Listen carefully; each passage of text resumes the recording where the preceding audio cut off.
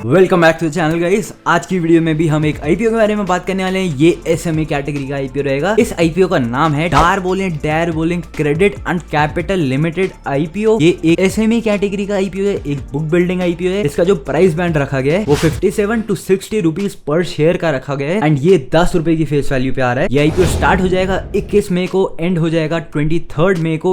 इसकी tentative allotment date है 26 मई यानी कि मंडे। इसके रिफंड इनिशिएट होंगे 27 ऑफ मई को एंड शेयर्स भी उसी दिन आपके डीमैट में क्रेडिट हो जाएंगे। इसकी टेंटेटिव लिस्टिंग डेट है 28 ऑफ मई। अब रिटेल कैटेगरी के लिए मिनिमम 1 लॉट की एप्लीकेशन लगेगी जिसमें 2000 शेयर रहेंगे एंड 1,20,000 रुपए का रहेगा। स्मॉल एचएनआई के लिए 2 लॉट अप्लाई करने पड़ेंगे एंड बिग एचएनआई के लिए 9 लॉट की एप्लीकेशन लगेगी। तो ये मिनिमम एप्लीकेशन है, आपको ज्यादा पैसे डालने हैं तो आप ज्यादा लॉट्स के लिए अप्लाई कर सकते हैं। एंड अगर बात करें इसका लीड मैनेजर कौन है, इस आईपीओ का लीड मैनेजर है GYR capital advisors and private limited, जिनका ट्रैक रिकॉर्ड तो नेक्स्ट लेवल है। अब नेक्स्ट लेवल कैसे है, इन लोगों ने रिसेंटली श्रीजी डीएलएम का आईपीओ लेके आया था, जिसके लिए मैंने भी वीडियो बनाई थी एंड मैंने आपको बताया भी था कि इस आईपीओ में अप्लाई किया जा सकता है। उस आईपीओ में लगातार 3-4 दिन से अपर सर्किट लग रहे हैं। करंटली तो उसमें लोअर सर्किट लगा है, इस दिन मैं वीडियो बना रहा हूँ 21 मई को, बट भाई लगातार उसमें लिस्ट होने के बाद 90% पे लिस्टिंग हुई एंड उसी दिन अपर सर्किट भी लग गया एंड उसके बाद भाई हर दिन अपर सर्किट लग रहा है। तो लीड मैनेजर का ट्रैक रिकॉर्ड तो बहुत ही सॉलिड है। एंड अगर बात करें इस कंपनी के बारे में तो ये कंपनी इनकॉर्पोरेट हुई थी 1994 में। एक एनबीएफसी कंपनी है। बेसिकली 3 टाइप के फाइनेंशियल प्रोडक्ट्स में कंपनी डील करती है। पर्सनल लोन्स देती है, अनसिक्योर्ड एमएसएमई लोन्स देती है एंड सिक्योर्ड एमएसएमई लोन्स देती है। ये कंपनी लो इनकम इंडिविजुअल को, स्पेशली जो क्लास 4 एम्प्लॉयमेंट लेवल्स पे होते हैं जैसे क्लीनर्स,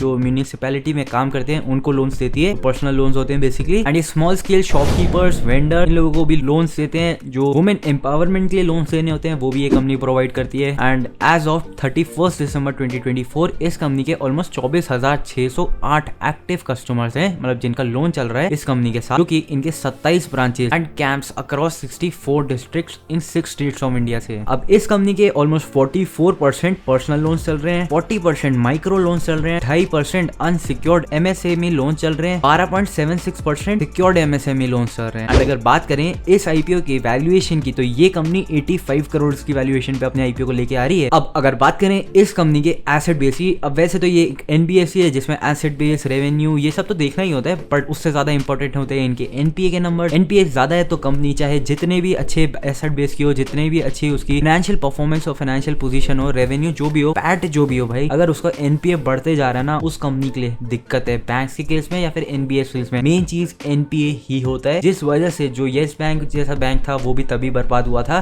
क्योंकि उसके एनपीए के नंबर वो लोग गलत रिपोर्ट कर रहे थे। जब रियलिटी आई, स्टॉक क्रैश हो गया और वो कंपनी के जो भी सीईओस थे उनको भी निकाल दिया गया। तो अगर इनके ग्रॉस एनपीए के नंबर्स के बारे में बात करें ना तो ये ऑलमोस्ट 0.55% पे, नेट एनपीए 0.35% पे। ये बहुत ही अच्छे नंबर्स हैं। मतलब किसी भी बैंक के इतने तो होते ही हैं और इतने ही होते हैं तो अच्छा माना जाता है। अगर 1 के ऊपर या 2 के ऊपर चले जाए वो बहुत ही अलार्मिंग सिचुएशन हो जाती है। एंड जनरली 3 to 4% तक तो दिक्कत नहीं होती है, बट ये बहुत ज्यादा दिक्कत वाली चीज इन कंपनीज के लिए हो जाती है एंड इस वजह से बिलो 2 को बेस्ट माना जाता है एंड ये 0.5 पे आ रहा है जो कि बहुत ही अच्छा है। बाकी इसके रेवेन्यू के बारे में बात करें तो इस कंपनी का 25 करोड़ रेवेन्यू था 2023 में, 33 करोड़ का रेवेन्यू हुआ 2024 में एंड 31 दिसंबर 2024 तक इसका रेवेन्यू 31 करोड़ पे हो चुका है। प्रॉफिट आफ्टर टैक्स 2.93 करोड़ है 2023 में, 3.97 है 2024 में एंड 4.92 है 2024 31 दिसंबर तक। इसका पैट मार्जिन 12.38 है जो कि एक अच्छा नंबर है। एंड अगर एबिटा मार्जिन की बात करें तो वो 66% पे, जो कि रीजनेबल है। मतलब इतना ही होता है एनबीएफसी या फिर ये लोन प्रोवाइडिंग कंपनीज का, एंड इनका एबिटा मार्जिन अच्छा ही है, कहने का मतलब है। रिटर्न ऑन इक्विटी की बात करें तो ये ऑलमोस्ट 6.17% पे है। रिटर्न ऑन कैपिटल एम्प्लॉयड इनका 9.22 है। अब जो लिस्टेड प्लेयर्स हैं, बड़ी कंपनीज हैं, उनके भी नंबर सिमिलर रेंज में ही है। एंड जो इस कंपनी की बोरोइंग्स है, अब बेसिकली ऐसी कंपनीज बोरोइंग्स लेती हैं, मतलब कहीं और से लोन लेती हैं तभी आगे लोन बांट पाती हैं। मतलब इनका मेन चीज, मतलब इनका मेन कैपिटल ही ये चीज होता है, इनका मेन इन्वेंट्री ये चीज होती है बोरोइंग लेना। मतलब इसको आप इस तरीके से समझ सकते हैं क्योंकि ये पैसों के लेकर ही तो काम कर पाएंगे, तो इस वजह से अगर इनकी बोरोइंग्स बढ़ती भी है ना तो वो इतना ज्यादा बुरा नहीं होता है ऐसी कंपनीज के केस में, एनबीएफसी या फिर बैंक्स के केस में। एंड इनका डेट टू इक्विटी करेंटली 2.51 पे है। इनकी टोटल बोरोइंग 2023 में 120 करोड़ पे थी, 2024 में 165 करोड़ पे एंड 2024 31 दिसंबर तक 145 करोड़ पे पहुंच चुकी है। अगर बात करें इस कंपनी के ईपीएस एंड पीई की तो करेंटली इसका ईपीएस तो 3.97 है जब ये आईपीओ लेके आ रहे हैं एंड जो इसका पीई है वो 15.12 है। पोस्ट आईपीओ ईपीएस 4.59 हो जाएगा एंड पीई इनका 13.06 हो जाएगा। एंड ये जो आईपीओ है ये 25.66 करोड़ का ये इशू साइज है एंड इस पैसे से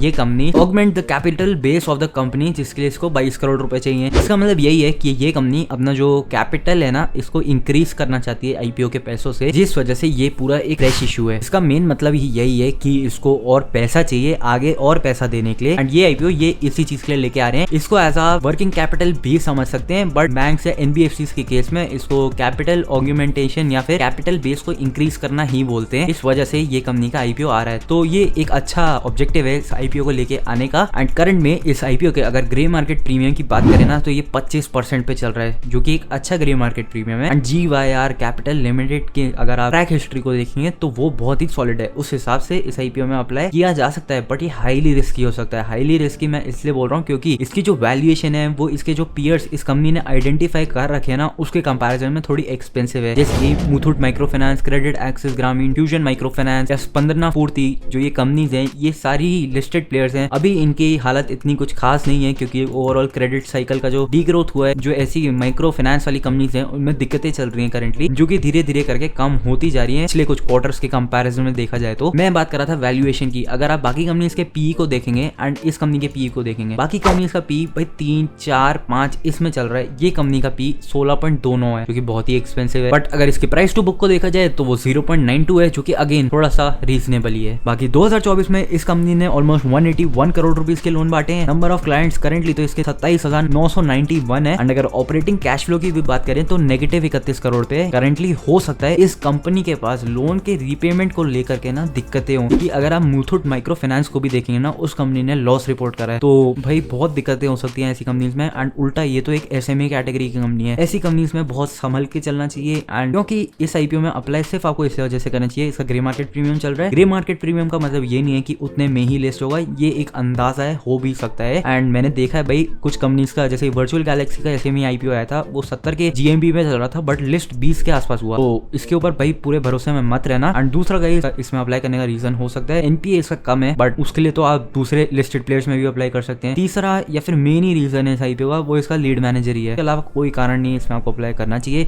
लीड मैनेजर का ट्रैक रिकॉर्ड सॉलिड है। लास्ट 10 आईपीओ प्रीमियम पे लिस्ट हुए हैं, उनमें से एक आईपीओ था जो कि एट पर लिस्ट हुआ है, जो प्रीमियम भी है 90% अप टू है। तो भाई मैं बता रहा हूँ ये लीड मैनेजर तो बेस्ट है। ये कंपनी में अप्लाई करना बहुत ही रिस्की हो सकता है। अब ये है भी 25 करोड़ का इशू, तो अलॉटमेंट के चांसेस भी नेक्स्ट टू नथिंग ही होते हैं। मतलब आ गया तो लॉटरी बेसिस में, यहाँ आ गया तो आ गया, वरना ज्यादातर तो ऐसे आईपीओ में जब तक आप बिग एचएनआई कैटेगरी में अप्लाई नहीं करेंगे आपका अलॉटमेंट भी नहीं आएगा। रिटेल कैटेगरी में बहुत ही मुश्किल है। तो अगर आप रिस्क ले सकते हैं इसमें आप डेफिनेटली अप्लाई कर सकते हैं, बट ये मैं आपको बता देता हूँ ये बहुत ही रिस्की हो सकता है। एंड लास्ट डेट में ही आपको अपना डिसीजन बनाना चाहिए जब QIBs का भी नंबर आ जाए। एंड अगर उनका सब्सक्रिप्शन ज्यादा हुआ ना तभी आप इसमें डिसीजन बनाना, वरना मेरे हिसाब से तो इसको अवॉइड भी किया जा सकता है, क्योंकि डर क्रेडिट एंड कैपिटल लिमिटेड से आपको डरना भी चाहिए। एंड बस गाइस इस वाले आईपीओ के लिए इतना ही। अगर ये वीडियो आपको कहीं पे भी पसंद आई हो वीडियो को जरूर से लाइक कर देना, चैनल को सब्सक्राइब कर देना। मिलता हूँ बहुत जल्दी न्यू वीडियो के साथ। Till then bye guys.